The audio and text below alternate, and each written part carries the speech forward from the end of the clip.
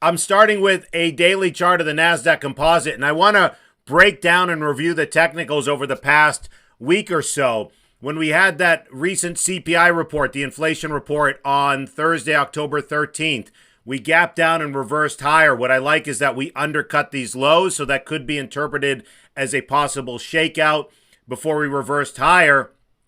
And it also could be potential that the market is priced in a lot of the bad news. So I said, let's pay attention what happens from here. And I talked about in last weekend's video that Friday, 2 Fridays ago, we gave back a little bit more than I had hoped for. But when you do look at it, it was on below average volume. So it wasn't any sort of heavy distribution. And I even pointed out two positives in last weekend's video. Number one is that even though we were down 2 weeks ago, all the major averages were down on lighter volume than the previous week. So that could be a sign that the selling was slowing down.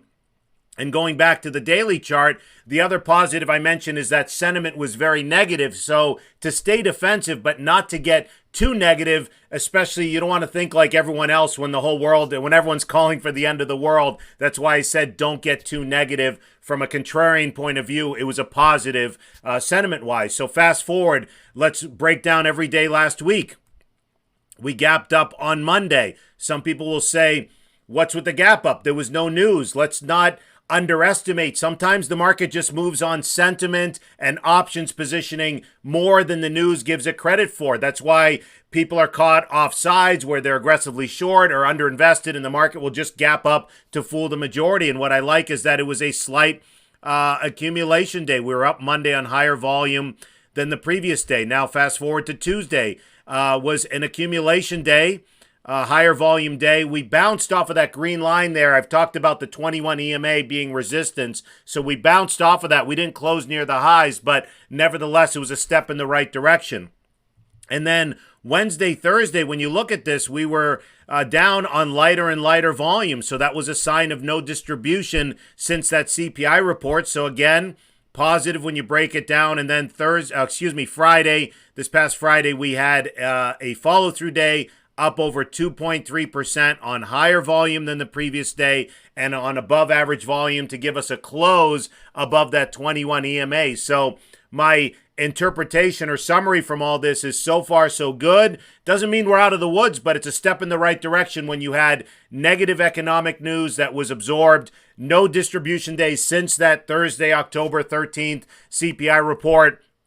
A little bit of accumulation beneath the surface, and then finally a day 7 follow-through day on Friday to get us back above that 21 EMA. When you look at the weekly chart, it was a strong week overall for the market, for the NASDAQ, and it was up on higher volume than the previous week. So that's a good sign. When you look at the S&P 500, same thing. We undercut these lows, and we had a nice day 7 follow-through day to get us back above. It was big volume day. Again, up over 2.3%. Big volume day to get us back above that 21 day, which, as I mentioned, since Jackson Hole, that Jackson Hole speech at the end of August had been resistance. So it's nice to finally get a close above that. Looking really quick at the mid-cap 400.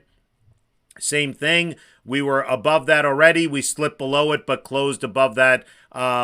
So I'm trying to get all the averages. I want to see all the averages participate, small, mid cap. So the mid cap 400 and the Russell, same thing, the small caps, which was already above the 21 day on Tuesday, slipped below it, but closed back above it on Friday. So it's nice to see NASDAQ Composite, NASDAQ 100, S&P 500, small cap shown here, Russell 2000, and mid cap S&P 400, the ETF for that is MDY. Nice to see them all above the 21 day. What's really interesting, I wanted to point this out, is we don't really talk much about the Dow, but the Dow is what I want to see from the rest of the indices is what the Dow is already doing, meaning after that CPI report, Thursday again, October 13th, we closed above the 21 day.